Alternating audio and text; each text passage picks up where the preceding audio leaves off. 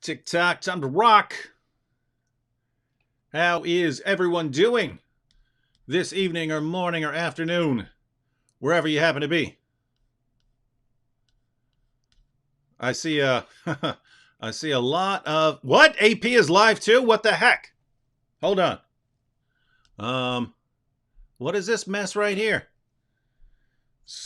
Let me I'm going to investigate real quick to find out if AP is indeed live. Uh and he is live. So he's oh my goodness. Talking about Iran with Armin Davabi. Gosh, they got 1,400 watching. That's all. Those are all my people watching. They're not even going to know I'm live over here. Oh my goodness. All right. Well, that's fine. No, it's cool. Actually, if I had known they were live, I would have probably just been watching theirs. But wanted to get in the habit of just getting together to discuss the points in some videos and get any questions or objections people might have. Yeah, been seeing this situation. I was working on a video all day, so I wasn't even paying attention to what was going on in the world. Apparently, war with Iran erupting. I've seen. I haven't read any news yet, so I've only seen what people were just posting in the chat and in the comments. Apparently, Iran launched some missiles at a U.S. base. Is that right? And killed. I think someone saw 20. I think someone said 20 people. 20 U.S. Military personnel. Again, I haven't looked at it. It's just what I've seen people posting in comments on video. So, yeah, I have not found out. I will definitely want to. Mike Winger is live as well. My goodness. I did not know, ladies and gentlemen. This is when I go live. 8 o'clock is when I go live. Everyone else is supposed to adapt their schedules so they don't conflict with my going live. 2 U.S. bases, Andrew Martin said. Wow, I am totally out of it. Basically, wanted to make that video about the 99-1 rule because I've been wanting to make it for like 2 years now. You guys have heard me in the live streams talking about the 99-1 rule. Always wanted to make a video. Finally decided I was going to make it today. Had to ignore everything else, and while I was ignoring everything else, apparently war was breaking out. So attacks on 2 U.S. bases. Well, I have to once I get off here tonight, I will have to be studying all of that. Hold up. I got Ada here. Matter of fact, I wanted to actually go through this video, expand upon some points, get everyone's thoughts on some of the points and stuff, because I believe the points I made in the video, Islam's 99-1 rule is a good way of summing up what's going on, what we see when a Muslim apologist speaks. Because if you're actually informed and you study the Bible and you study the Quran and you watch a popular Muslim apologist, it's usually pretty horrifying what's going on. And so you just wonder, how can they be saying this stuff? And so I've been trying to figure out how Muslims let them get away with it. And so tried to put that all together. But let's go ahead and take a few questions here, a few comments here at the beginning. And then we'll go ahead and we're just going to probably play some clips from the video and see what happens. Steven says, David, will you ever have any women in the Boom Boom Room? Please answer me. I have asked this before and you never answer me. Well, if it makes you feel any better, Steven, I don't answer most people because I can't get to most comments. Yes, there will be women in the Boom Boom Room. Not for season 1, but for season 2, yes. We have someone lined up to play Aisha.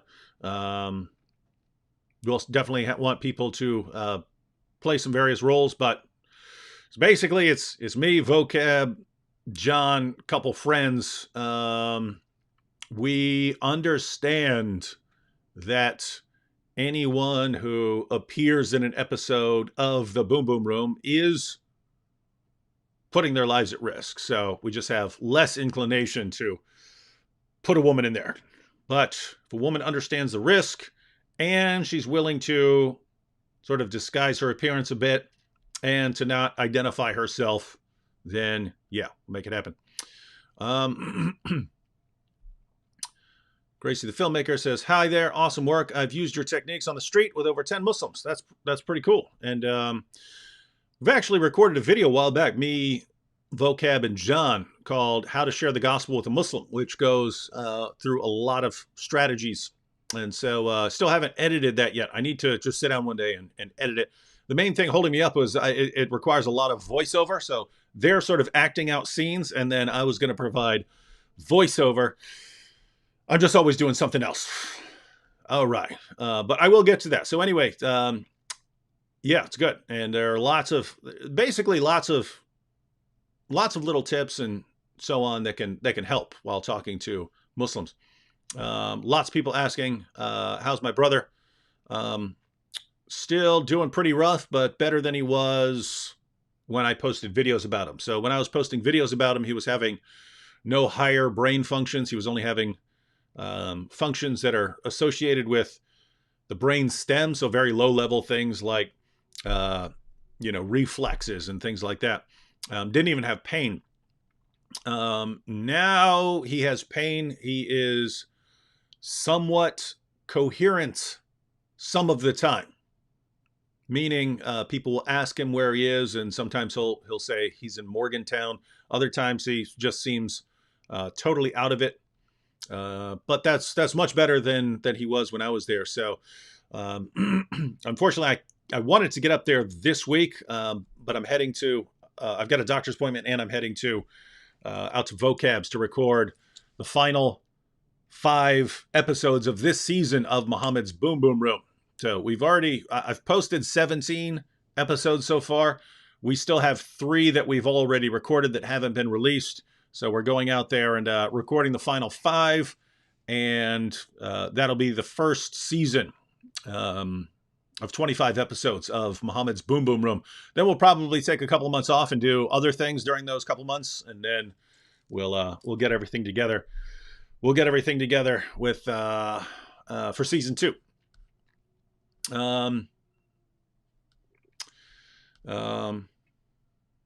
So yeah, but after I get back from Vocabs, I will definitely, unless there's, some horrible thing happens, I'll get up to see my brother, see how he's doing. Hopefully he improves even more by next week.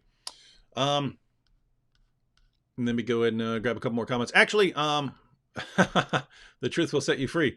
Said, David, merge with AP, please. As far as I can tell, AP's already got Armin Navabi on there, so I think they're good. By the way, does anyone know how long they've been going over there? Like, are they going to be wrapping up soon? Are they just going to keep going, taking all my viewers? Oh, MP Les says, what is the 99 rule? That is actually perfect, because we're going to look at it. All right, well, let's go ahead. I'll basically play a clip from the video on Islam's 99-1 rule. We'll watch, minute or 2 of it, take some more comments, see if there are any questions or objections. And yeah, that's how we'll roll. So let me get this comment off here. And we're going to go through some of this because I think this is important. This is something that's going on. It's something that, as I point out in the video, it's probably almost always the case that when there's a speaker and there's an audience, very few people in that audience are actually going to go and fact check it. But I'm not aware of any other ideology that takes advantage of that fact like Islam does, right? That an ideology that understands, hey, these people are not going to go look up what we're saying, therefore we can say whatever we want. That's weird, but Islam does it, and I'd say does it indisputably. All right, let's go and watch a couple clips, see where this goes. Islam has a rule that's more foundational than the Shahada, more important than prayer, more essential than giving alms. I call it Islam's 99-1 rule. Muslim leaders have relied on the 99-1 rule for 14 centuries. It's how they keep people from leaving Islam. It's how they keep people from questioning Islam. It's how they win new converts to Islam. Islam only exists because of the 99-1 rule, and yet no one talks about it until now. To understand Islam's 99-1 rule, think about Zakir Naik giving a presentation. Naik makes false claim after false claim after false claim, and yet the audience is sitting there, mindlessly nodding in agreement and cheering whenever he raises his voice. My friend Nabil once made a video titled Zakir Naik, 25 Mistakes in 5 Minutes. I'll link to it at the end of this video. Nabil showed that in just 5 minutes of speaking, Zakir Naik made 25 factually false claims. That's an average of one factually false claim every 12 seconds. No one produces false statements at that rate except someone like Zakir Naik. And yet Naik is regarded by many as Islam's greatest living apologist. How does this happen? This is a weird situation with someone like Zakir Naik, right? That he can just make error after error after error, make false claim after false claim after false claim. The claims he makes are incredibly stupid for anyone who's actually studied the Christian sources and the Muslim sources. And yet, he's what? He's what? The most popular? Who's more popular than Zakir Naik in the Muslim world? I know they have speakers that are really popular, but I mean, of the apologists, of the people who are defending Islam, who's more popular than Naik? I can't think of anybody. So it's a really weird situation that Naik can have that level of popularity when he's so indisputably wrong on so many issues, so many things. So what is it about Islam? What is it about Islam that makes it like that? That makes it perfectly acceptable to be deceptive in that way? It's interesting stuff, because the point is, if I said things like that, if I would speak for 5 minutes and make 25 errors, if any Christian apologist were that sloppy, not only would he not be the most popular Christian apologist in the world, he'd be a laughingstock among Christians for making that many mistakes. But in Islam, you can just be super popular, making mistake after mistake after mistake. So, yeah, wild stuff. All right. Todd said, that show me where Jesus said, "I'm just a prophet, don't worship me," tip has helped me more than anything. So Todd is referring to the common objection that people like Zakir Naik and Ahmed Deedat have trained Muslims to ask, namely, where did Jesus say, "I'm God, worship me"? And they've been trained to ask for those particular words. So if you start giving a traditional defense of the deity of Christ, they'll say, no. I asked where he said, "I am God, worship me," in those words. And so they have that sort of exact words criterion. And so I simply pointed out, hey, if you want an exact words criterion, you can say, where did Jesus say, I'm only a prophet, don't worship me? You can do many other things besides that. You could say, where did Jesus say, "I am the virgin-born son of Mary"? Bible or Quran. Where did he say, "I'm the virgin-born son of Mary"? You can show in the Bible and the Quran where Jesus is the virgin-born son of Mary. And here's what's interesting. Muslims will accept that, right? Muslims will accept someone else saying it without Jesus himself making the claim. But wait a minute. If that's okay, if it's okay for someone to say, someone else besides Jesus to say, "Oh, he's the virgin-born son of Mary," and that's enough, well, we've got all kinds of passages in the Bible that refer to Jesus as God. So opening verses of the Gospel of John, for instance. Apart from that, once you get past the exact words criterion and you've gotten a Muslim to admit, hey, there are all kinds of ways someone can claim to be God, start going through some of the claims Jesus makes, that you have to honor the Son in exactly the same way you honor the Father. That makes no sense unless Jesus shares the same nature and attributes with the Father. Jesus says that all things that the Father has are mine. What normal human being, what normal prophet can say that everything that God has is also his? Jesus claims to be the final judge when, according to both the Bible and the Quran, God is the final judge. According to both the Bible and the Quran, God is the one who raises the dead at the resurrection, but Jesus says he's the one who raises the dead at the resurrection. So Jesus claims the names of God. He claims to do the deeds that only God does. Claims basically this is not the sort of thing that a mere prophet should be claiming about himself. I had a comment here. Mark for Christ said, David, can you say hi to my mom? God saved her from an aneurysm, and dude, she finds you really amusing. I'm glad your mom finds me amusing, Mark. And hi, Mark's mom. How you doing? Lots of people over here. Lots of people over here in the chat. Worried about war with Iran. War sucks. War is bad. I hope that there's not a war. But guys, unless you live over there, you're not exactly in any danger, right?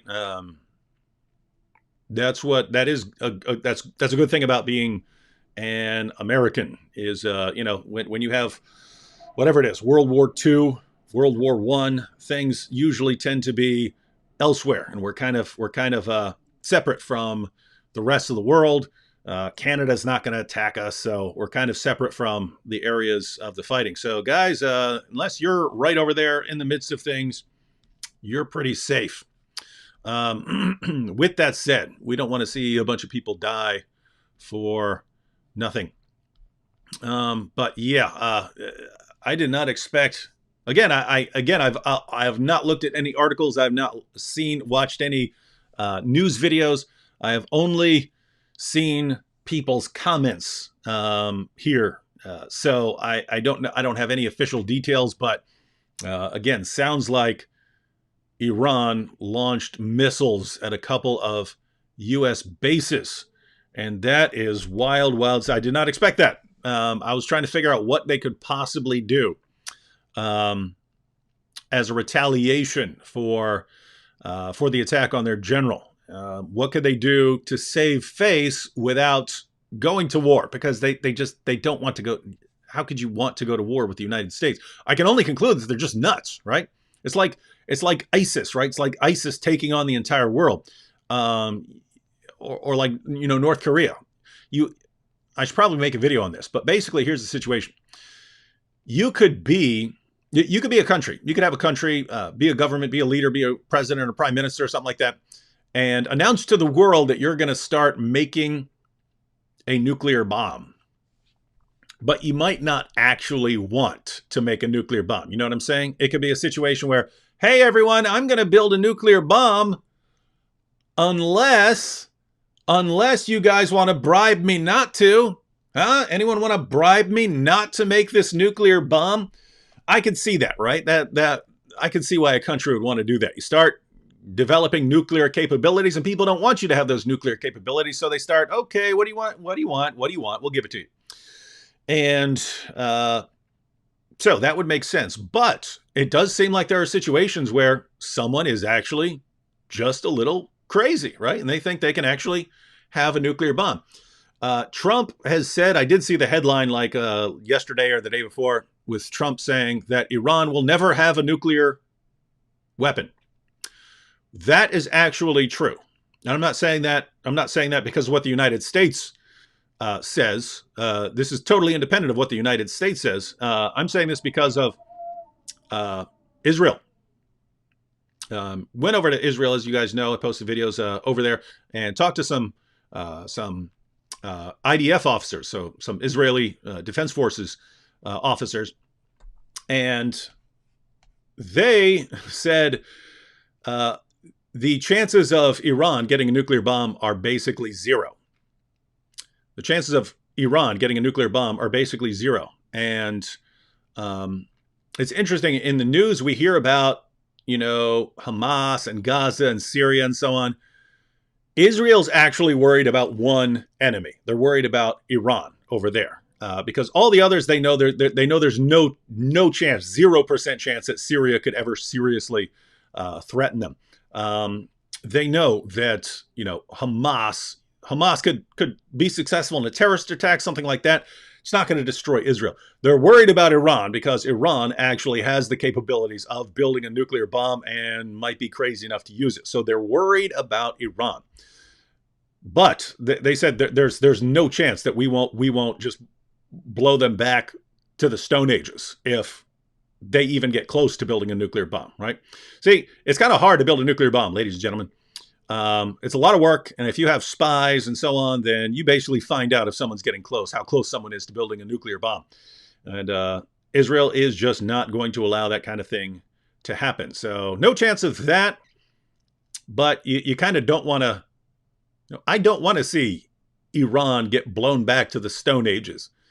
Because as slimy as their leaders are, there are lots of people who are just caught in the middle, right? You don't want to see all these people who are just caught in the middle of all these situations get killed over their leaders being complete morons. So rough situation.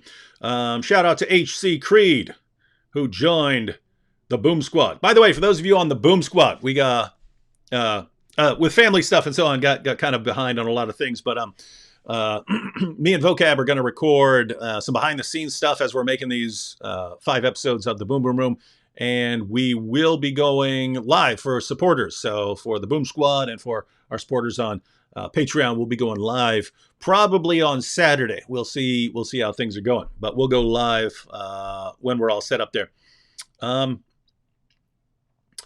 James SC in the super chat said, David, did you know Thomas of Tolentino was made a saint by the Catholic Church for being martyred while insulting Muhammad in medieval India? So Catholicism does condone insulting Muhammad. That's actually, that's interesting. No, I did not know that. I went to Fordham University, which is a Jesuit school. I'm not a Jesuit, but Fordham is a Jesuit school. I do like the Jesuits' emphasis on philosophy. So you go study, in a Jesuit institution, philosophy, you're going to get a good background in philosophy. But when I was teaching there, so I was teaching at Fordham University, I was teaching philosophical ethics, and I was teaching philosophical ethics and philosophy of human nature. And I was, this is back when I was sort of getting, popular in apologetics for debating Muslims, and the school was getting complaints about me. So the school was getting complaints. People were calling and complaining, hey, you've got this bigot, this Islamophobe teaching at your school, and they were getting complaints. And I saw some professors there, their attitude was changing towards me. They started viewing me as like a bad guy and so on. And so I was every day I was thinking, hey, they're going to come up to me and say, hey, you can't teach, you can't teach classes and stuff like that because of the things you say about Islam. And I was ready. I was going to point out that one of the reasons the Jesuits were founded was to refute Islam. So I was going to be like, what? This is a Jesuit institution?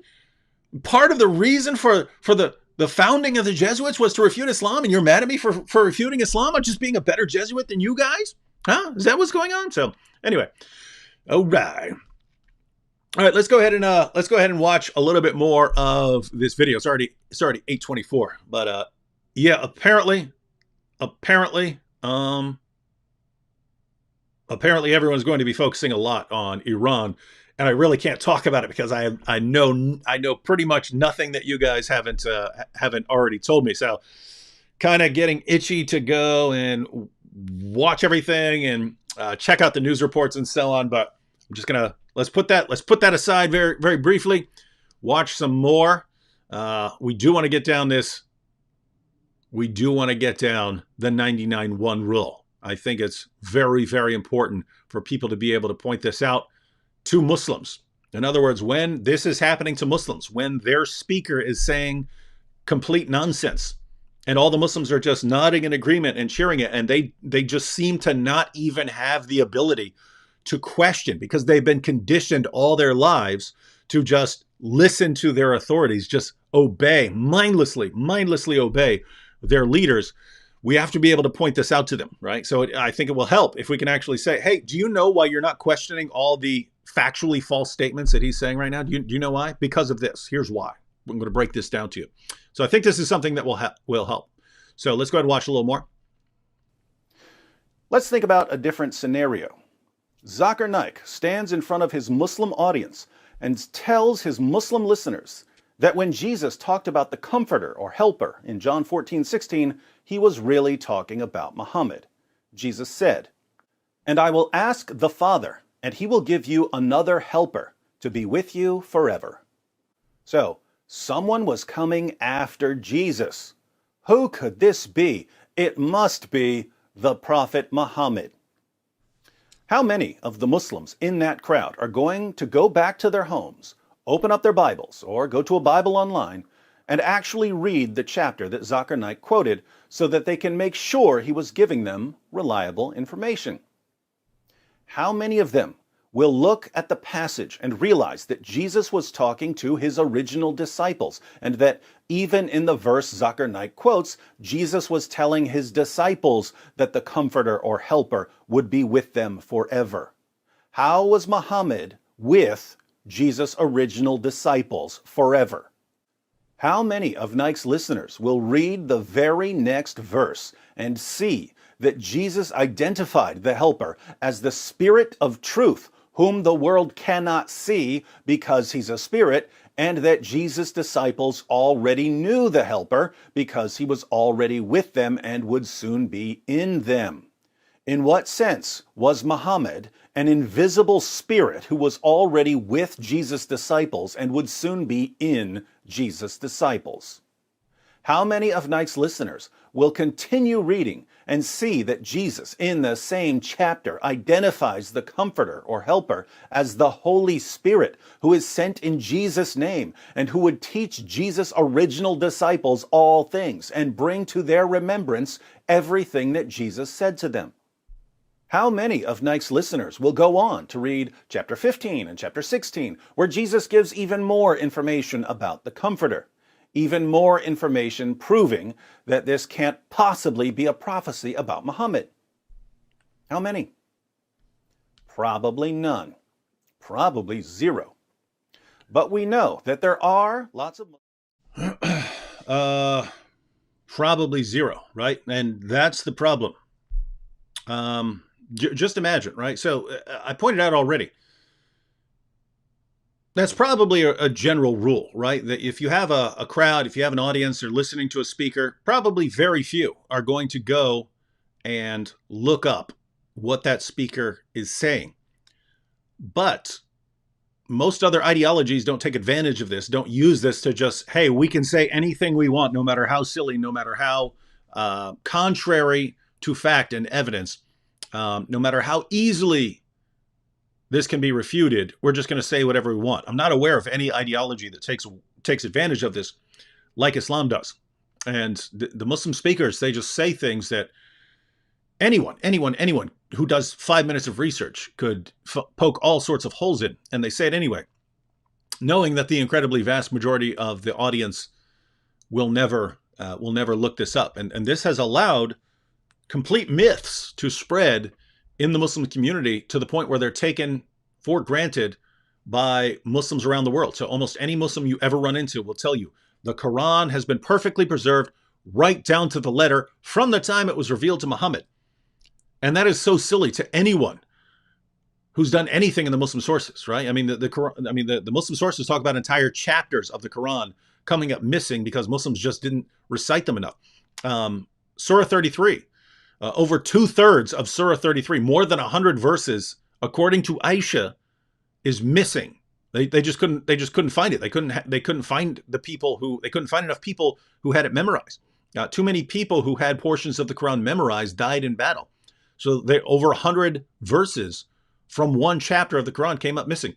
There were verses that came up missing because Aisha had the only copy and her sheep ate them. Right.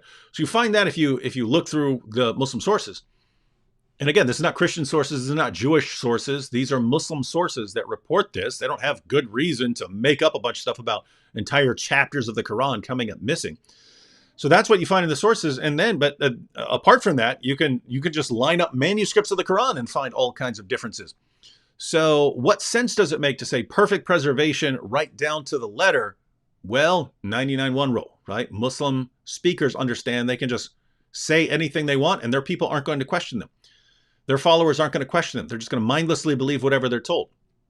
Well, there's a positive side to that and a negative side. The positive side is that, well, let me start with the negative side. The negative side is it's just sad. It's just sad that these guys are taking advantage of people spreading deception. The positive side is that they've done this so much. They've spread Islam through so much deception that they kind of make it easy for us to go and expose it, right? In other words, if they had said, "Hey, the Quran's been pretty well preserved," maybe they could defend that, and maybe they could, claim that while still understanding, hey, chapters of the Quran came up missing and so on.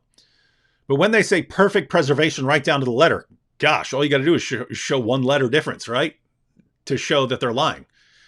And then if you show entire chapters, large passages, more than 100 verses from one chapter and so on, Muhammad's closest companions couldn't even agree on which chapters were supposed to be in the Quran. You put all that out and whoa, it's not only are these guys lying, they're really, really, really lying. So that's what they do. And that's why they kind of make it easy.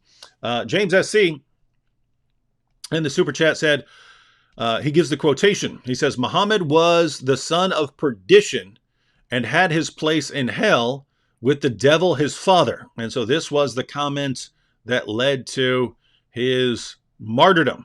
Well, that'll do it.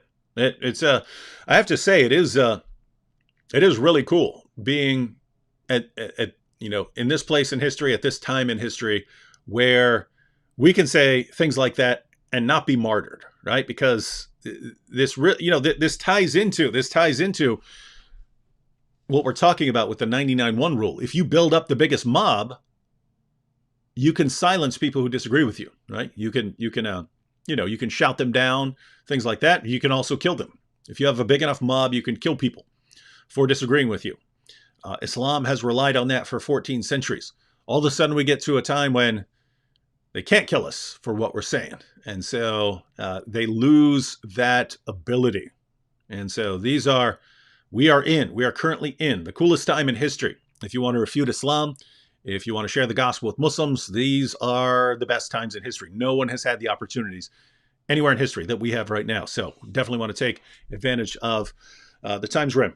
Felipe said, David, are you a Catholic? You're asking because I went to a Jesuit school. No, I'm not a Catholic. I went to Fordham because I was an undergrad at Old Dominion University. That's where Nabil was. That's where my wife was. That's where we all went to school. And I applied to Fordham because we were using the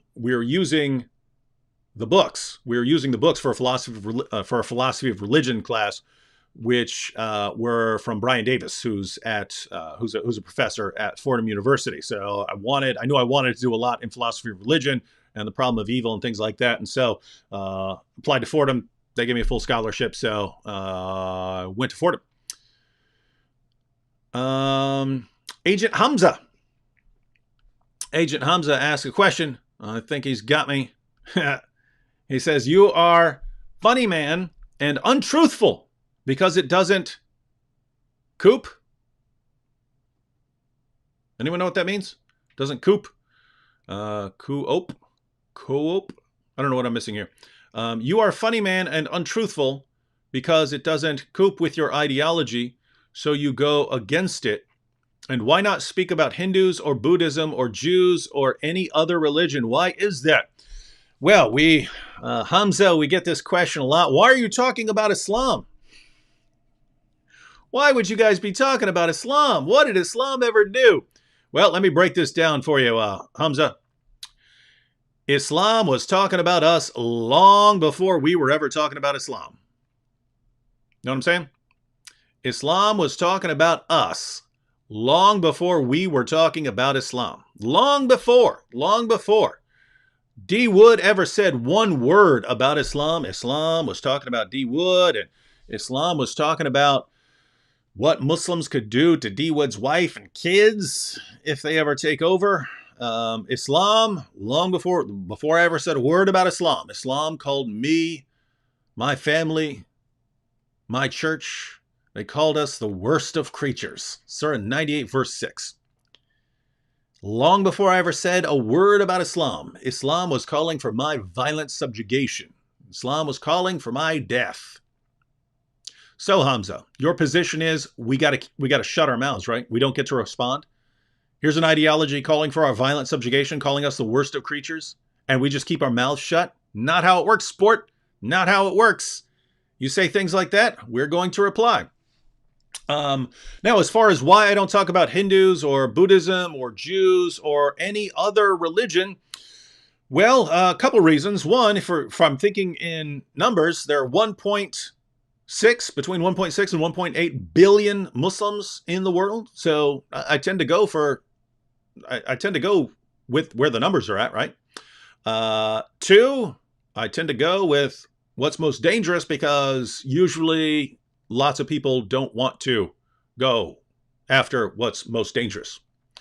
And so one of the things I recognized early on was that there just weren't a lot of people. There weren't a lot of people dealing with Islam. I mean, not the numbers you would expect. In other words, early on, there were Christians, and almost every Christian who was going into apologetics was dealing with atheists. Well, atheists they don't have anywhere near the numbers that Muslims have. So why was there all the emphasis on atheism and almost none on Islam? So I decided to go with Islam. And all you can do in response is whine about it. Oh, why are you criticizing my religion that calls you the worst of creatures and calls for us to violently subjugate you and says we can rape your wife? Why would you respond to it? Give it a break, dude. Give it a break. Still see a lot. Still see, oh, man. I'm looking at the comments where people sharing the updates on what's going on with Iran. All right, let's go ahead and get through some more clips of this video. Go through a few more clips and sort of sum that up. And then once we wrap things up, then we can all go get some studying done on Iran. So looks like, gosh, I did not think it was going to be war with Iran. Did not think that. All right, let's go ahead, get a little more of this video. So far, and by the way, I showed a clip. The last clip I showed was going through Zakir Naik's claim about John 14:16, where you've got the Comforter, and Zakir Naik will say, "You see, the Comforter. That's obviously talking about Muhammad." He's counting on the fact, he's depending on the fact that Muslims will not open up a Bible and look at that. He's counting on them just mindlessly accepting what he says, mindlessly accepting his word, never bothering to fact check anything he says. He's counting on them not to bother reading the next verse. Certainly not the whole chapter, right? That's the same chapter where Jesus calls himself the way and the truth and the life and says no one comes to the Father except through him. It's the same chapter where Jesus says that he's going away and then he'll be able to answer prayers, right? A prophet should not be claiming that he's going to go to a place where he can answer people's prayers, right? Not the sort of thing a mere prophet should be saying. And then you get to chapter 14, verse 16, talks about the Comforter. Zakir Naik completely massacres the context, ignores the next verse, ignores the rest of the chapter, ignores the next 3 chapters, and claims that this is about Muhammad.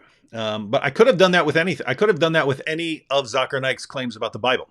I just kind of picked that one because it's popular. You could do that with Deuteronomy 18:18. You can do that with Muhammad in the Song of Solomon 5:16. You can do that with any of the passages they go to. All you have to do is read the passage and you realize how silly it is. These guys know their followers will not ever in a million years read the passages, so they know they can just make up anything they want. Sad situation. This is Islam. This is what Islam does. And again, you can find Christian apologists who have some bad arguments and so on, but they're not popular, right? The guys who become popular usually have pretty solid material. In Islam, it's the reverse. The more nonsense you're spouting, the more popular you become. Interesting stuff. All right, let's go ahead and watch a little more here. Who leave Islam, so we know that some Muslims do, on some occasions, critically examine the claims of their apologists. Let's be extremely generous and say that 1 out of 100 will take the time to look up what Zakir Naik says in his lectures. Muslim speakers like Zakir Naik understand that only a tiny, tiny minority of their listeners will examine what they're saying. They know about this ratio. They count on it. They rely on it. They depend on it. Their focus is not on the one who fact checks their claims. Their focus is on the 99 who don't. If 99% of your listeners mindlessly accept every word you say, and only 1% actually examine what you're saying and realize that you're making things up, the 99% can drown out, put down, insult, intimidate, abuse, and shout down the 1%. In other words, Islam's core method is designed for building a mob that silences dissenting voices. Now, if you're thinking critically about what I've just claimed, as you should, you may be thinking to yourself, but can't Christians do the same thing? Can't atheists do the same thing?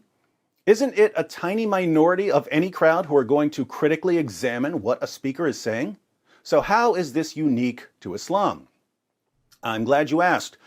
There are four main differences between Islam and other ideologies that keep other ideologies from using the 99-1 rule in the way that Islam uses.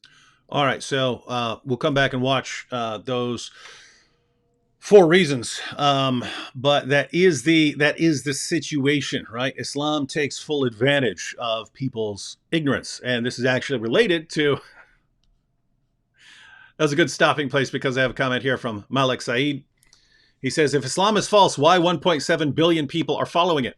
Have you been paying attention, Malik? We talk about your leaders for 14 centuries taking advantage of the fact that you, Malik, will not look up anything they say to test it. You've been trained, you've been conditioned, you've been manipulated, you've been brainwashed into mindlessly accepting what your leaders say. And what you say here is a perfect example. If Islam is false, why 1.7 billion people are following it? Notice what you just said. So something that has 1.7 billion people following it can't be false. Okay, well, great. Christianity has 2.2 billion followers. So you just, by your own reasoning, Christianity must be true. And it must be more true than Islam. You can accept that? No. So what you're going to say now is, yes, if Islam has 1.7 billion followers, that means it's true. But if Christianity has more followers, that has nothing to do with whether it's true. Do you understand how sloppy your thinking is here? I mean, can you even fathom how this looks to someone who's looking at? And yet it makes perfect sense to you. Why? Because your leaders say these things to you. It must be true. We have 1.7 billion followers, and you accept that, and you never stop to think. You never stop to think, hey, wait a minute. If my leaders are saying, wow, we have 1.7 billion followers, this must make it true. To be consistent, we'd have to say Christianity is true. And there are other things, right? You'd have to say, oh, there are a billion communists in the world. I guess that makes communism true, right? You'd have to do that, but you don't. Why is it only your religion where you say, oh, there's a lot of followers, that makes it true? Why?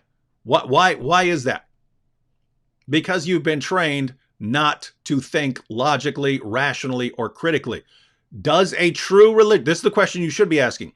If Islam is a true religion, does it need to rely on the stupidest arguments, the most inconsistent arguments, the most illogical, irrational arguments? Does it need to rely on these? I don't think the truth needs this level of stupidity. I don't think it does. What's your other thing here? And why is it the fastest growing religion today? Actually, Malik, we know exactly why Islam is growing rapidly. Do you know why it is? You probably think it's due to conversions, right? Nope. As far as conversions go in the West, Islam is basically even between the number of people who are converting to it and the number of people who are leaving. So why is Islam growing rapidly in the world?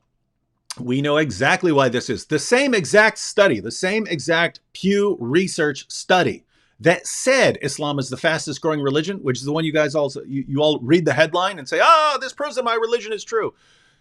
That same study said why Islam is growing rapidly. It said it. Why do you read the headline and never bother to actually look at the data? The data said that Islam is the fastest growing religion because of high Muslim birth rates in third world Muslim countries. That's what it said.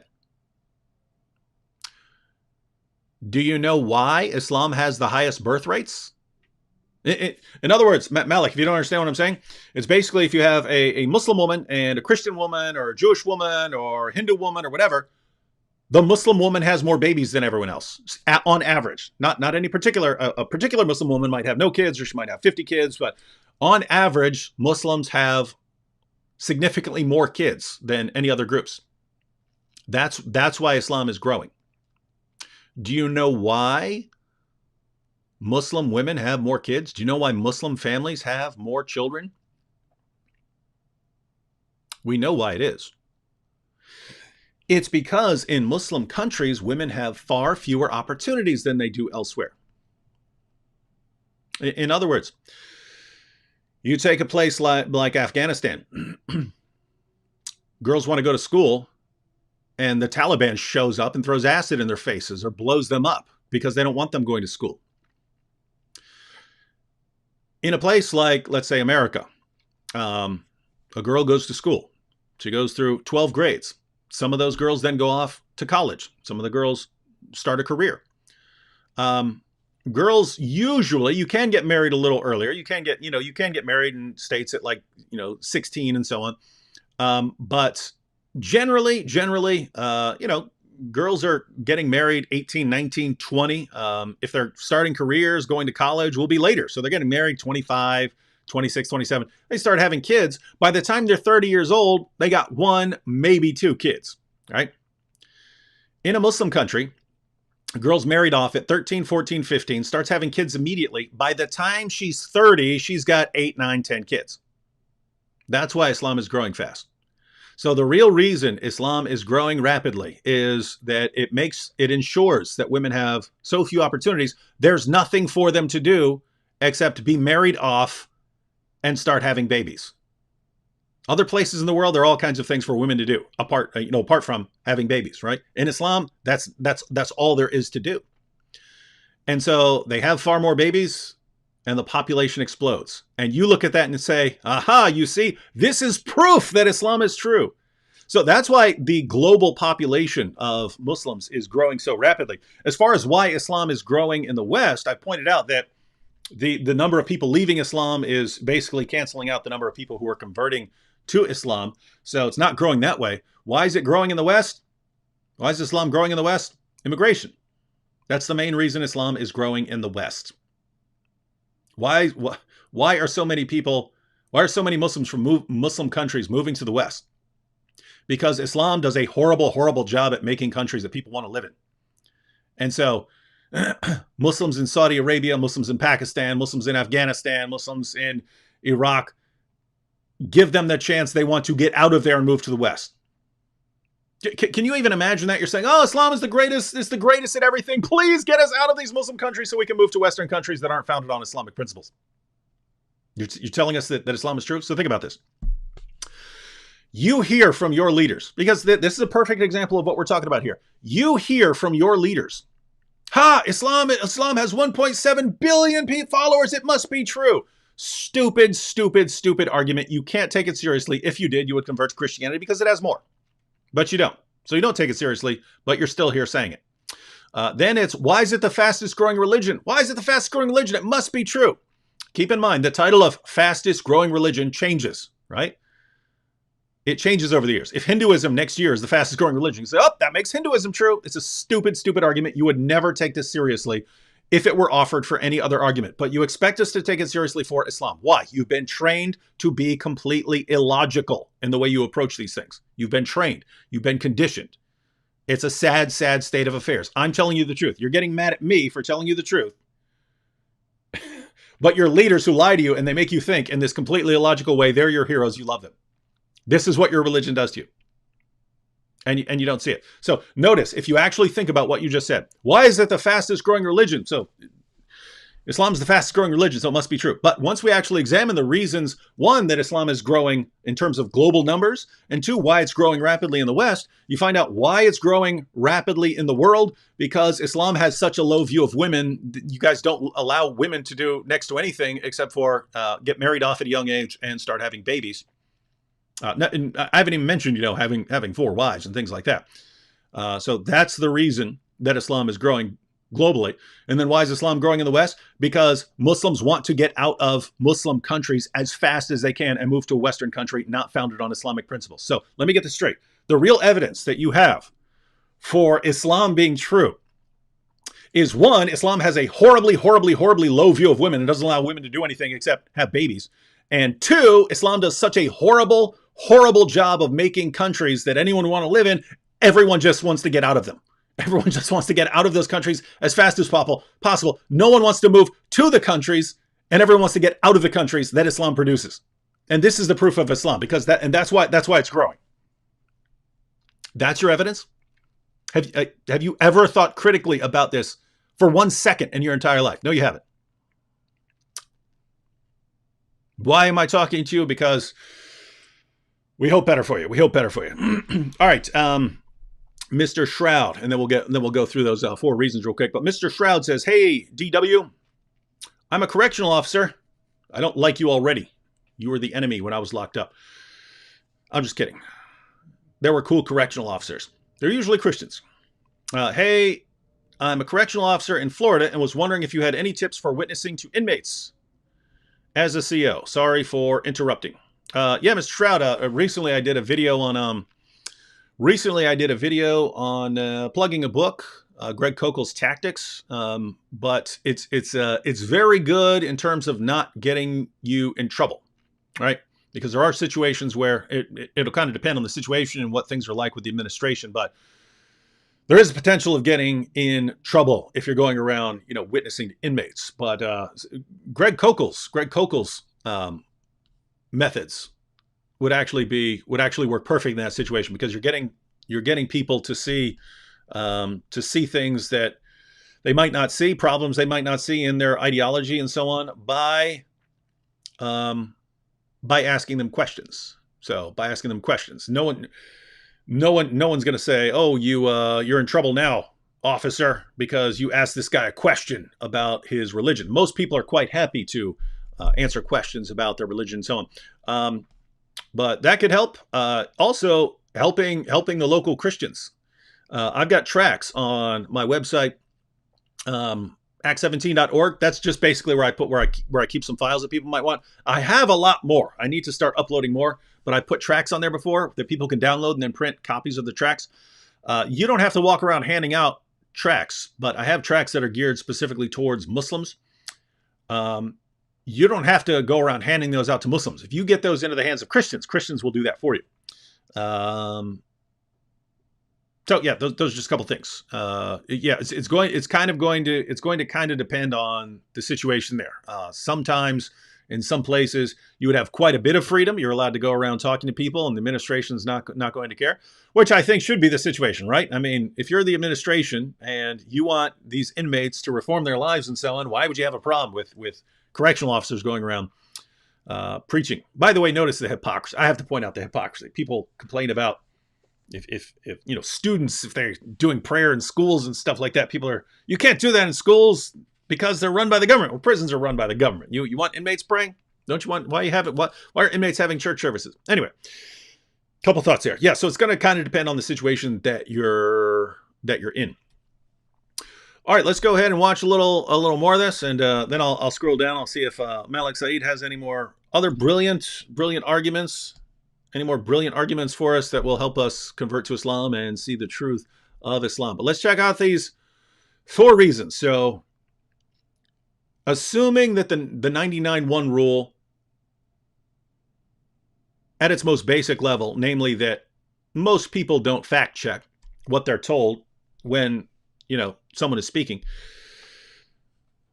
Why don't we point a finger at other ideologies for taking advantage of this? It seems that Islam is the only ideology that does take advantage of it in this way. So let's go ahead and watch the 4 things that distinguish Islam's use of the 99-1 rule from anyone else. First, other systems have a higher degree of integrity built into them, either because they emphasize the pursuit of truth or because the adherents are encouraged to call out error.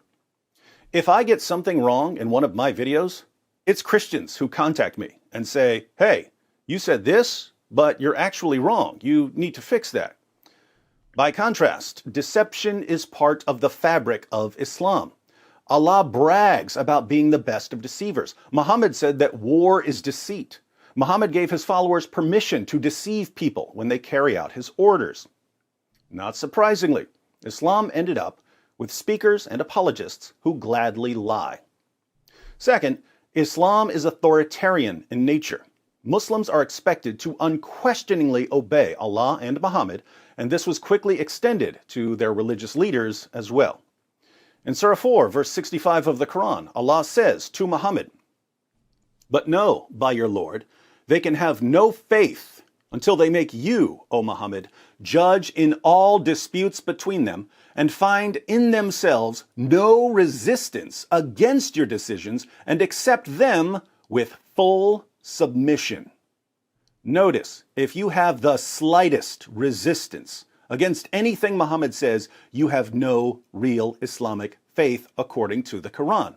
So if you have a problem with Muhammad having sex with a 9-year-old girl, or with Muhammad marrying the ex-wife of his own adopted son after causing the divorce by lusting after her, or with Muhammad promoting wife-beating or prostitution or the rape of female captives and slave girls, you're not a real Muslim.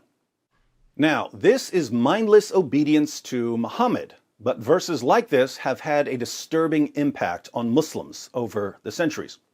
The Quran is very difficult to understand. It's a confusing, disorganized book that can only be understood by going to other sources, looking for the historical context of specific verses and for how Muhammad and his followers interpreted these verses. This means that if you haven't carefully studied the Quran along with numerous other sources, you're probably going to get a lot of things wrong, and you're probably going to end up disagreeing with Muhammad. And you really, really don't want to disagree with Muhammad. The result in the Muslim community has been that Muslims are encouraged to either learn all of it and become scholars, or to keep their mouths shut and obey what their scholars say. The scholars are the ones who have studied Islam's most trusted sources and are therefore equipped to understand the meaning of the Quran. The average Muslim isn't, and so the average Muslim is strongly encouraged, to put it mildly, to mindlessly obey his religious leaders. This makes it very difficult for Muslims to even think of questioning someone like Zakir Naik, and this allows Zakir Naik to lie to them as much as he wants. Third, Islam has... All right, we'll pause on the third there. Got a couple comments, a couple super chats here. Shout out to Prasanna Nag for joining the Boom Squad. Again, Prasanna will be having we'll be going live with supporters on Saturday from Vocabs as we're recording the last 5 episodes of the season of Muhammad's Boom Boom Room. Running Shoes Pro in the super chat says, since Islamic sources were written long after events, is it possible Muhammad was an apocryphal figure used by Arab politicians to consolidate power? Hence why Islamicization is synonymous with Arabization. So the question here is, since the Muslim sources are late, in other words, the earliest detailed source we have is Ibn Ishaq's Sirat Rasulullah, which was written more than a century after the time of Muhammad. So that's pretty late, right? Muslims will complain about the Gospels. Guess what? Christians don't use any source that isn't written within the first century of Christianity, right? All the sources we use are within the first century of Christianity. We don't trust sources that are written 2 or 3 centuries after the events. We don't use them. In Islam, your sources start after the first century of Islam, right? You guys don't have any source within the first century of Islam, as far as biographical source, a source documenting the life of Muhammad. So that's an interesting situation, and because you don't have any early sources, because of there are other things as well, right? So you have problems like Muhammad is supposedly going around the Muslim world and challenging all the leaders and preparing for war with the Romans and the Persians and everyone. There's all this stuff going on. Guess what? We have records from all these groups surrounding the Middle East, and no one's ever heard of Muhammad. right?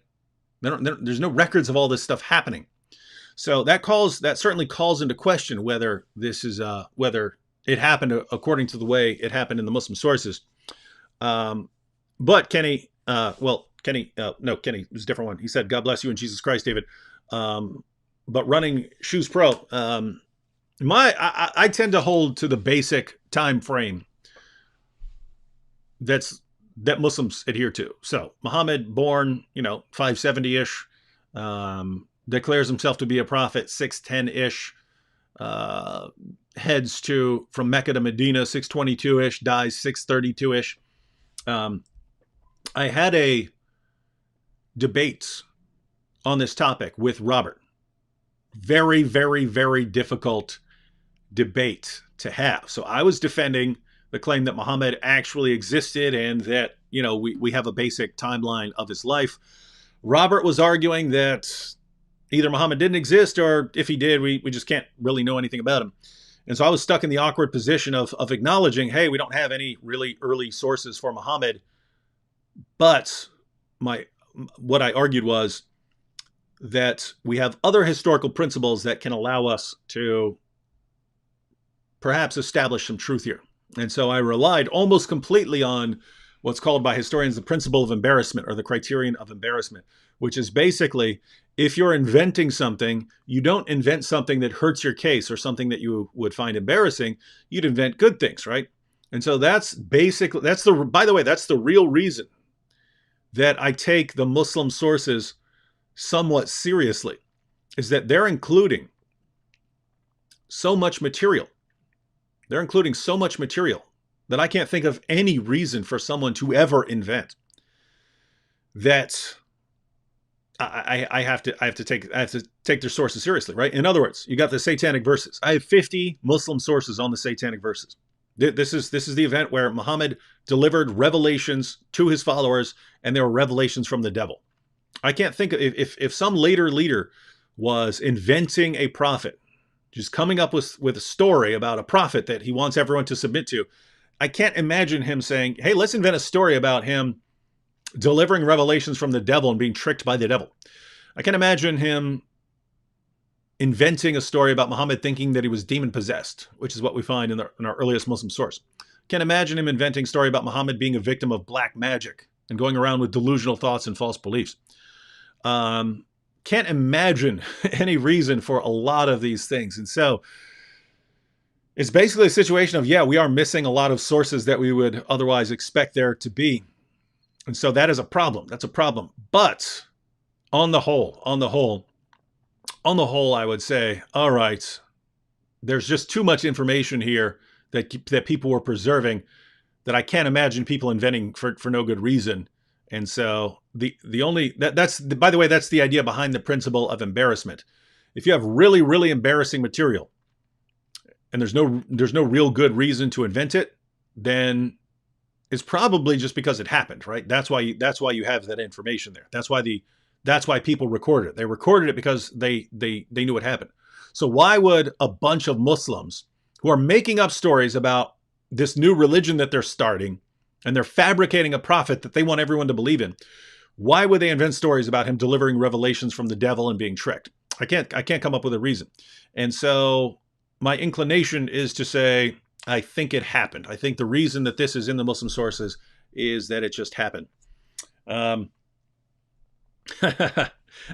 in the super chat says, thanks for unlocking people's heart, David.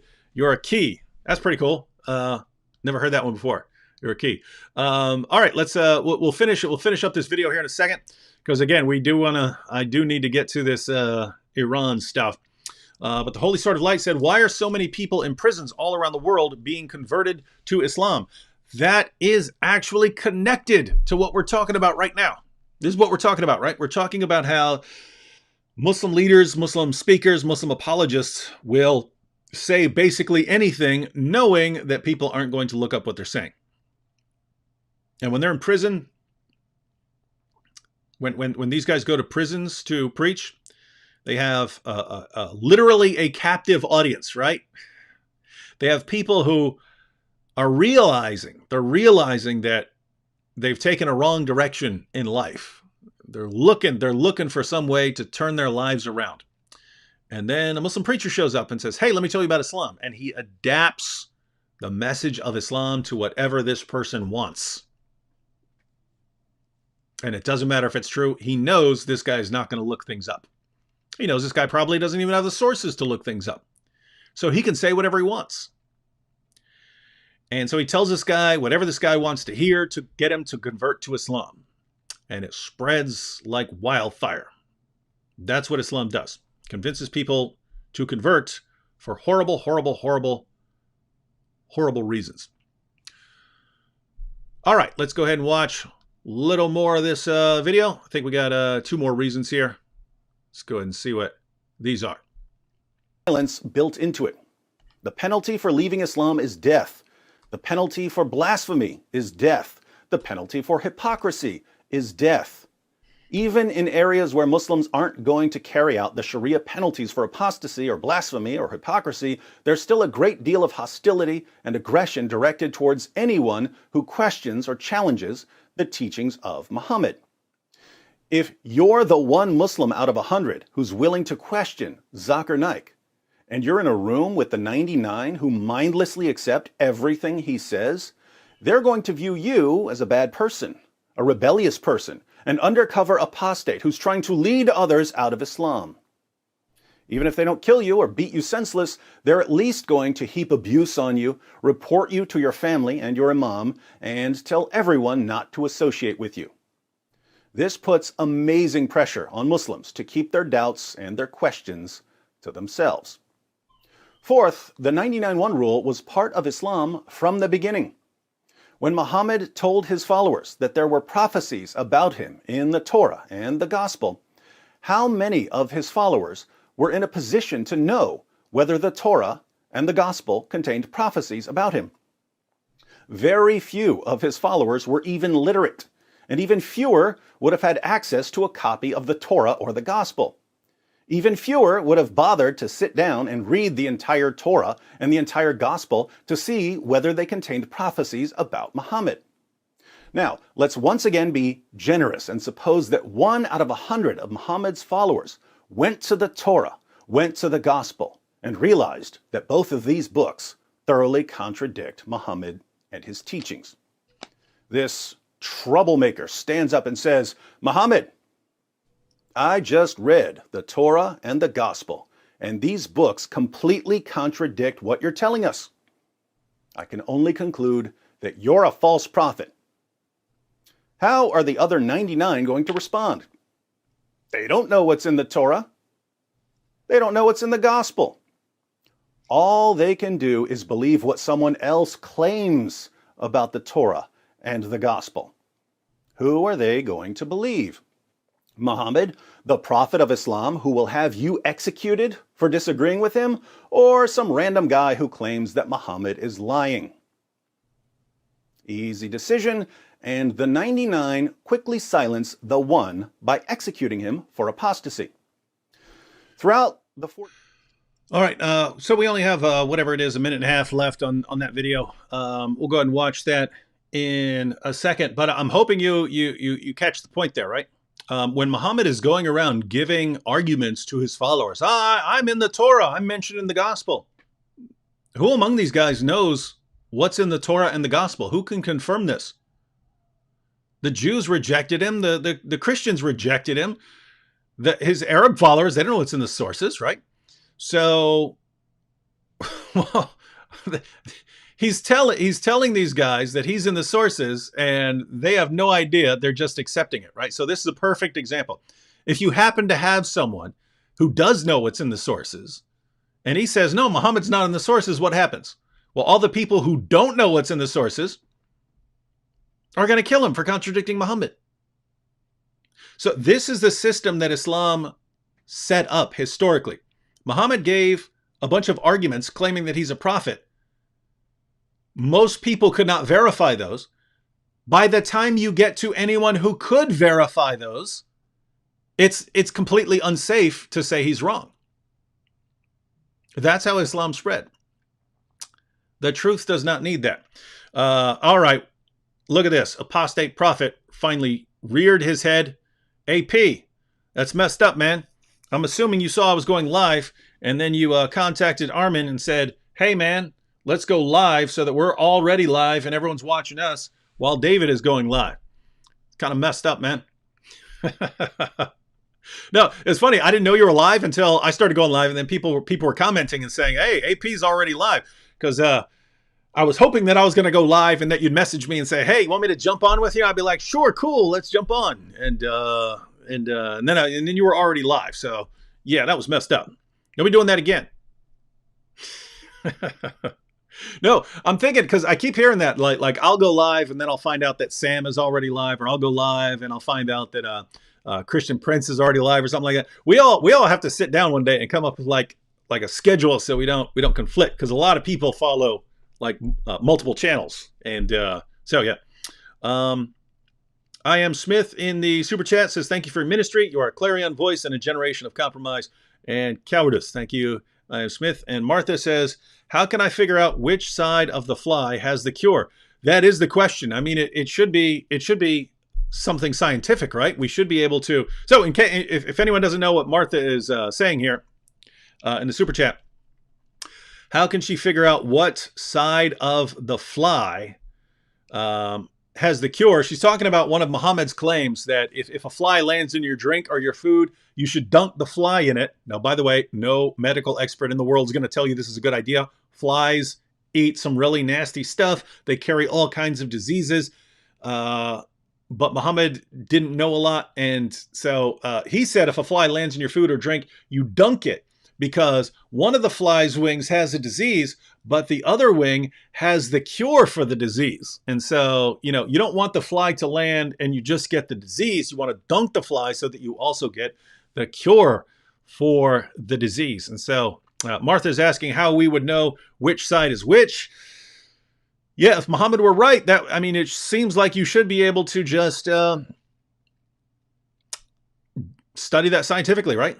You'd be able to put that fly in a lab, look at one wing and say, oh, this has, disease germs all over it. Look at the other wing and, oh, it's got the cure for typhoid and so on. Waiting for that, guys. I'm waiting for maybe Dr. Zakir Naik, who's a medical doctor, can go and check that out for us.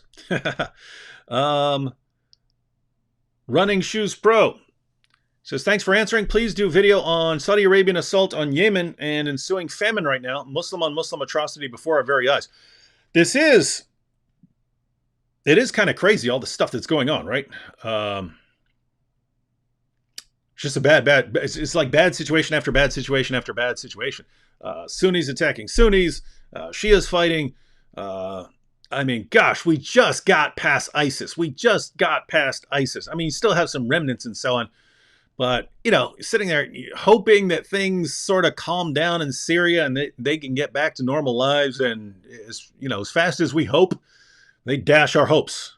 Massive destruction. Shout out to Jojo Momster for the super sticker. It is a pear on a rocket ship blasting through the sky and then exploding in a firework. Thanks, Momster. Apostate prophet. Now he says he wants to jump in. No, I actually have to go, AP. I'm just trying to get through the super chats and play this last little clip. I really want to study Iran. Like I had to ignore all media all day to get that video done. And then I log on and everyone's saying that all hell just broke loose with Iran. And I had no idea what's going on.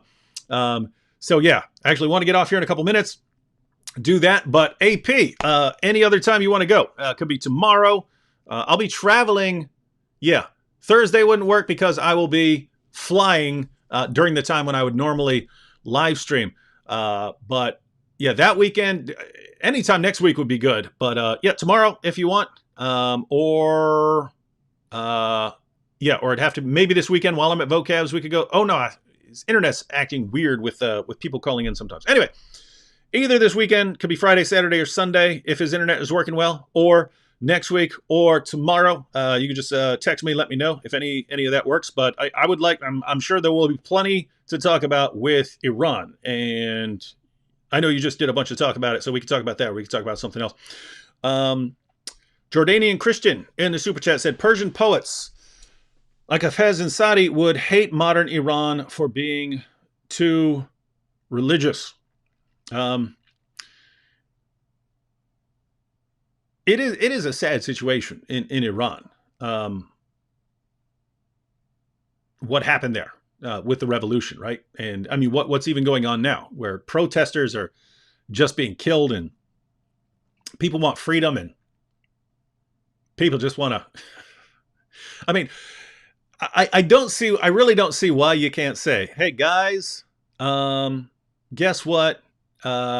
Islam is the truth, and we can't let you go too far. We can't let you run around, just killing people and stuff. But hey, most of what you do is up to you. Just here are the laws. That's basically how it is in the United States, right? Here are the laws. Follow the laws. If you want to follow additional things for religious purposes, then you can do that. Even in a Muslim country, even in a country that is officially an Islamic country, you could have a little more freedom than you do in Iran, but they don't. And it's to the point where if you even jump up and say, "Hey, I don't want this thing on my head," they'll throw you in prison or beat you right there, kill you. Sad situation. Whatever else happens with everything that's going on in Iran right now, I really hope their leaders do not end up in control. All right. But matter of fact, let's go ahead and play this last little clip here of this video and sort of sum things up. We'll probably wrap up right after that. All right. Last little bits of this. Centuries of Islam's existence, Muslim leaders have understood that as long as you can build the biggest mob, and as long as this mob is willing to become violent, you can silence anyone who gets in your way. If, out of every 100 listeners, 99 mindlessly accept what is said, and only one questions what is said, the 99 can silence the one through pressure, ridicule, intimidation, abuse, or violence.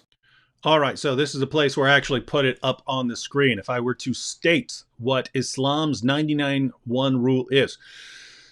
So you can use the 99-1 rule loosely and just say, out of 100 listeners, maybe one of them is going to be the sort of person who fact checks. But if we're talking about Islam's 99-1 rule, the way Islam uses the 99-1 rule, Islam uses it like this. If out of every 100 listeners, 99 mindlessly accept what is said, and only one questions what is said, the 99 can silence the one through pressure, ridicule, intimidation, abuse, or violence. And it's going to depend on the status of Muslim leaders in a society, right? If Muslim leaders control the society, they can, go straight for violence and, abuse, things like that. If it's fewer, if Muslims are in a minority of a population, then, Muslims will pressure or ridicule or maybe intimidate their fellow Muslims who start questioning things. All right, let's go ahead and play this last bit. That's been Islam's bread and butter since the year AD 610. So, how do those of us who are now aware of Islam's reliance on the 99-1 rule counteract its use by people like Zakir Naik? Well, we have to recognize the times we're in. Many of us live in countries that protect our right to speak, and to question, and to challenge, and to refute. Islamic leaders are in no position to silence us. Even in countries where Islamic leaders can silence people, people still have internet connections. We can speak and question and challenge and refute in Pakistan, in Iran, in Saudi Arabia, through the power of technology. That gives us a power to counteract Islam's 99-1 rule that no generation before us could have dreamed of. The one may be outnumbered by the 99, but the one can be smarter, wiser, louder, and braver than the 99. And the one now has help all around the world, a fearless, relentless, international squad of free people who know the truth about Muhammad and the Quran. We will not stop until every lie is exposed, every liar is shamed, and 100 out of 100 have heard a clear presentation of the truth. Be the one, or help the one. Back down from none until we've won. I love my work. All right, so that was the video. That is the state of affairs for Muslim apologists, Muslim speakers around the world. You can say whatever you want about Christianity. You can say whatever you want about Islam. You can count on the vast majority of your Muslim leaders not going and looking up what you're saying. Again, that's probably true of most people in the world, regardless of their ideology. Most people don't, I just heard someone speak and now I'm going to run back and look up what this person said. Islam is the ideology that takes advantage of that, right? That uses that willingness of people to believe to deceive them. And so someone needs to do something about that, because the change is not going to come from within Islam. The change has to come from outside in Islam. So we have to be the ones who do something about that. Shout out to Pan Aggie for super chat. Says, thank you, David, for your content. Glory to God. And Red Alert said, love your work. Currently building my arsenal. This is the way. That's good. That's good that you're building up your arsenal. Oh, by the way, sort of on a related note, I posted a video, whatever it was, like a week and a half ago, about building what did I call it? An apologetics empire. And what I was saying was, I don't think you need a ton of people to have an apologetics empire, because the internet allows you to just reach around the world instantly. And so if you have a fairly small group, 5, 6, 7, 8 people, 1 or 2 tech guys, things like that, you can actually be cranking out so much content that you could wreak havoc. You could wreak havoc around the world.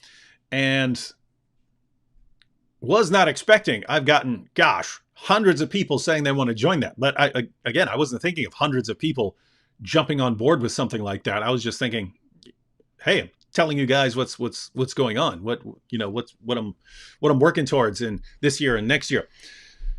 So I'm going to have to modify that plan. I'm still going to proceed as far as the things I wanted to do. But as far as other people wanting to get involved and do cool stuff, I want to help people as much as I can. So probably going to put together a website for helping people who want to get started on YouTube and, whatever your interests are, getting started and getting going, and, tips, videos on how to not reinvent the wheel, right? You don't need to. I had to figure most things out by trial and error through lots of years of pain. And then I would find out, other people had to learn the same exact stuff. Isn't it cool when people tell people, hey, this is how the algorithm works. This is how to do this. This is how to do that. It's pretty cool. You don't have to relearn all of that stuff that other people are already figured out. So the goal would be, all the Christian YouTubers can share what they've learned with people so that those people don't have to relearn it.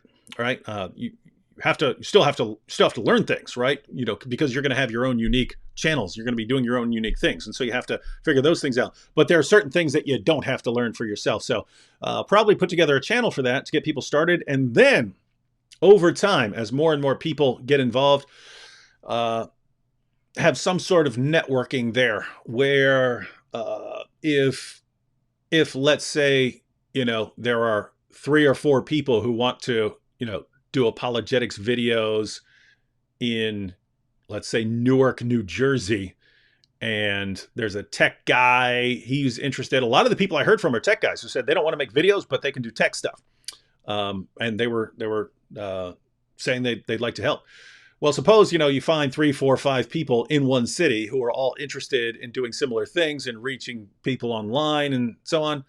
Well, it's cool. It's cool if you can actually put these people together and help these people get started, and then they just take off, right? And once they've gotten started and they've gotten some subscribers and they've got the equipment they need and they're cranking out videos, cool. Now they can just continue with that, right? So it'd be cool to have that system set up and people doing that all over the place. So that's how my plans have kind of been modified. Still going to do everything I said I was going to do, but now there's going to be something additional to do because of because of that. Pepperidge in the super chat said, "I appreciate you and what you do. Hope this helps." Yes, everything helps. Just so everyone knows, I'm good. I'm fully covered in what I do. So, but I want to do more. Want to expand. So yes, everything helps do that. Quick comment here. Mark Reed says, "I'd like to hear a bit more from yourself and others about how to approach Shia Muslims, as most online resources are geared towards Sunnis." As far as, I mean, there are people who deal with Shia Islam that would be more help to you as far as speaking to Shia Muslims. Generally, I have the Shia sources. I have Al-Kafi and so on, but I'm not just nowhere near as familiar with it as I am with the Sunni sources, just because most of the Muslims I've interacted with over the years have been Sunni Muslims. So those are the materials I'm most familiar with. So if you wanted material that's unique to Shias and relies on those sources, you'd have to find someone who actually deals with that. Usually, just so you know, this is my approach. Usually, if I'm interacting with a Shia Muslim, I just go Quran stuff, right? So I just go Quran arguments because the Shia still believes in the Quran, right? That's still his main source. So there are situations where I will quote something from Al-Kafi or something like that. There are situations where I'll do that. There are situations where I'll quote one of their commentaries or something like that. But in general, I just stick with the Quran arguments, because there are all kinds of arguments that you can put together just from the Quran, right? Like the Islamic dilemma. You do that just from the Quran. The Quran affirms the inspiration and the preservation and the authority of the Jewish and Christian scriptures, but the Quran contradicts the Jewish and Christian scriptures. Therefore, the Quran self-destructs. If Christians have the word of God, Islam is false because Islam contradicts our book. If Christians don't have the word of God, Islam is false because the Quran affirms that we have the word of God. So either way, Islam turns out to be false. So there are situations like that. Whatever arguments they use, if they use scientific arguments, you still go to the Quran, whatever arguments they're using. And so, if you're talking to a Shia Muslim, I'd go that route. So what you don't want to do is think, oh, I'm not familiar with Shia Islam, therefore I don't want to interact with Shia Muslims. If you're interacting with Shia Muslims, focus on asking questions, right? Focus on asking questions. Hey, tell me what you believe. What is it that you believe that's different from what other people believe? What arguments do you have for the truth of Islam? At the end of the day, their arguments are going to be their arguments for Islam being true are going to be very similar to the arguments that you'll get from Sunni Muslims. All right, guys, I wanted to go an hour. I've gone an hour and a half. I know there are tons more questions. I'll be going live again here pretty soon. Apostate Prophets talking trash. He said, didn't David Woods say 20 minutes ago that I couldn't join him because he'd end the live stream? Yeah. Yes. I'm just a big softy. I keep falling for it.